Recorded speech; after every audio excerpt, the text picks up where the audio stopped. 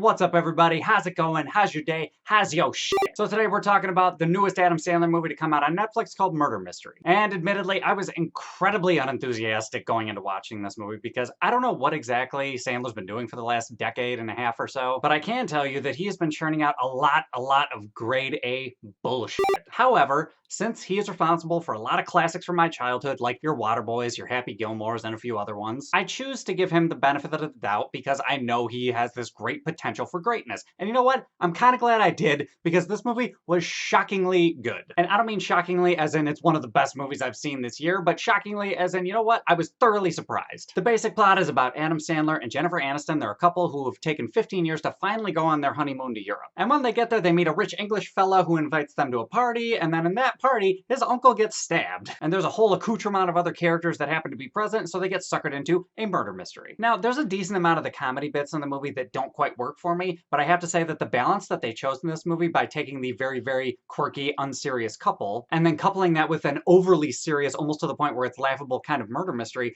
they found a way to just play off of each other to the point where it worked so well. Because some mystery movies tend to take themselves a little bit too seriously, so having Sandler and Aniston there to kind of comment on that really made it seem that much more, I guess, relatable, in that the whole scenario is just wildly unlikely. But also the overly serious aspect of the murder mystery section of the movie was able to bring out certain things about our two main characters, which makes you care about them a little more. And that it highlights certain things about their marriage that maybe aren't working properly, that could happen in the real world, and then maybe gives you a reason to kind of resolve them later on in the movie. So that at that point, you're kind of rooting for them from a personal level. But even if you took all the attempts at comedy out of the movie, the murder mystery actually kind of works on its own. I don't know for sure how it would have held up without that comedy element to it, but as far as like towards the third act or like the crescendo of the movie, I found myself interested in what actually the answer to the mystery was. And then even when you think you know what's going on, it'll add more layers onto it, so it'll keep you guessing, and there's more stuff to uncover. And admittedly, there are some serious movie conveniences, just some astronomical 1 in a million things that happen to go exactly as the way the plot demands it. But again, that's okay, because a lot of the comedy bits did work. Not 100% of the comedy worked, but they did a good job as far as callbacks. They used a lot of one-liners, and they used like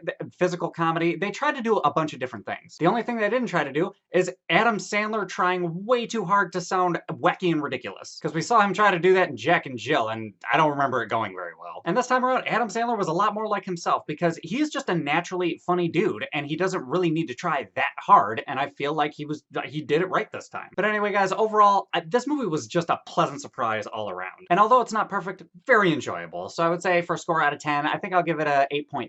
I really hope Adam Sandler takes a few more steps in the direction that he was going with this movie, because he's a naturally funny dude, and I just hope I want him to be himself, I guess is what I'm getting at. But anyway, guys, those are my thoughts. What are your thoughts? Have you seen the movie? Have you heard of it? Hop in the comments. Let me know what's up. Other than that, if you like this review, give me a like, subscribe, all that other bullshit that makes the channel look good, and I'll catch you guys later.